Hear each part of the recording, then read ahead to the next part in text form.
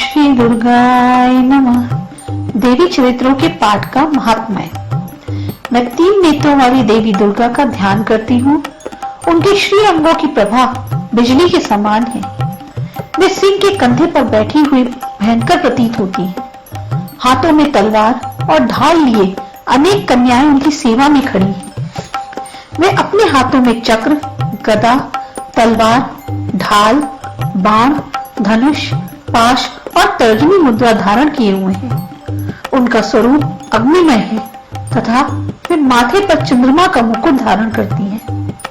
देवी बोली, देवताओं, जो एकाग्रचित होकर प्रतिदिन इन स्तुतियों से मेरा स्तवन करेगा, उसकी सारी बाधा मैं निश्चित ही दूर कर दूंगी।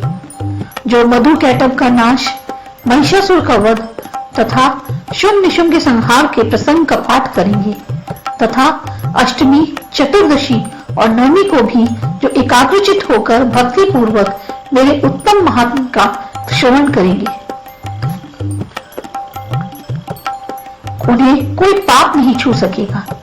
उन पर पाप जनित आपत्तियां भी नहीं आएंगी। उनके घर में कभी दरिद्रता नहीं होगी तथा उनको कभी प्रेमी जनों के विच्छोह का कष्ट भी नहीं भोगना पड़ेगा। इतना ही नहीं, उन्हें शत्रु से, लुटेरों से, राजा से, शस्त्र से, अग्नि से तथा जल की राशि से भी कभी भय नहीं होगा। इसलिए सबको एकाग्रचित होकर भक्ति पूर्वक मेरे इस महात्म्य को सदा पढ़ना और सुनना चाहिए। यह परम कल्याणकारक है।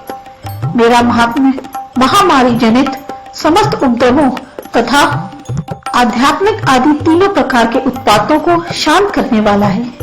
मेरे जिस मंदिर में प्रतिदिन विधि पूर्वक मेरे इस महात्म्य पाठ का किया जाता है, उस स्थान को मैं कभी नहीं छोड़ती। वहां सदा ही मेरा संविधान बना रहता है। बलिदान, पूजा, होम तथा महोत्सव के अवसरों पर मेरे इस चरित्र का पूरा पाठ और श्रवण करना चाहिए। ऐसा करने पर मनुष्य विधि को जानकर या बिना जाने भी मेरे लिए जो बलि, पूजा, होम आदि करेगा, उसे मैं बड़ी प्रसन्नता के साथ ग्रहण करूंगी। शरद काल में जो वार्षिक महापूजा की जाती है, उस अवसर पर जो मेरे इस महात्म्य को भक्ति पूर्वक सुनेगा, वह मनुष्य मेरे प्रसाद से सब बाधाओं से मुक्त तथा धन्य, धान्य एवं पुत्र से संपन्न होगा। इसमें तनिक भी संदेह नहीं है। मेरे इस महात्म्य को, मेरे प्रादुर्भावी की सुंदर कथाएं तथा युद्ध में किए हुए मेरे पराक्रम सुनने से मनुष्य निर्भय हो जाता है। मेरे महात्म्य का श्रवण करने वाले पुरुषों के शत्रु नष्ट हो जाते हैं। उन्हें कल्याण की प्राप्ति होती है तथा उनका कुल आनंदित रहता है।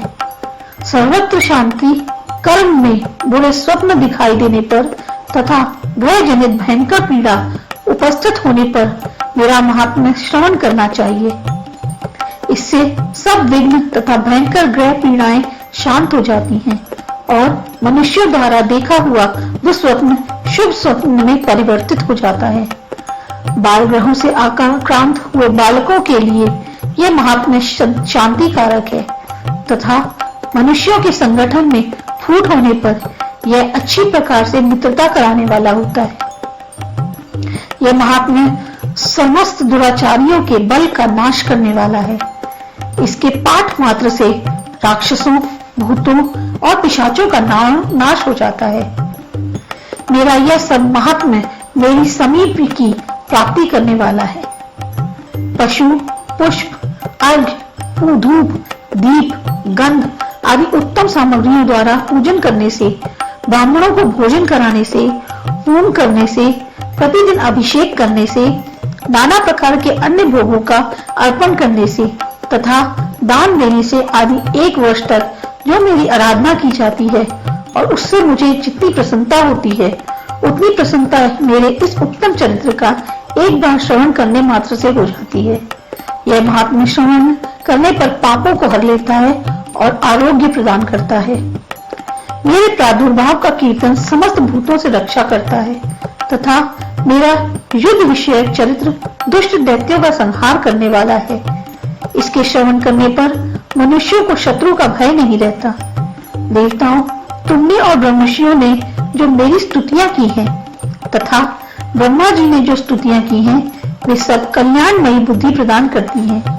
वन में, सूर्य मार्ग में अथवा दावान नल से घिर जाने पर, निर्जन स्थान में लुटेरों के दाव में पड़ जाने पर या शत्रुओं से पकड़े जाने पर अथवा जंगल में सिंह, वाघ या जंगली हाथियों के पीछा करने पर, कुपित राजा के आदेश से वध या बंधन के स्थान में ले जाने पर अथवा महासागर में नाव पर बैठने के बाद भारी तूफान से नाव के डगमग होने पर और अत्यंत भयंकर युद्ध में शस्त्रों का प्रहार होने पर अथवा वेदना से पीड़ित होने पर, किंबहुना सभी भयानक बाधाओं को उपस्थित होने पर जो मेरे इस चरित्र का स्मरण करता है, वह मनुष्य संकट से मुक्त हो जाता है।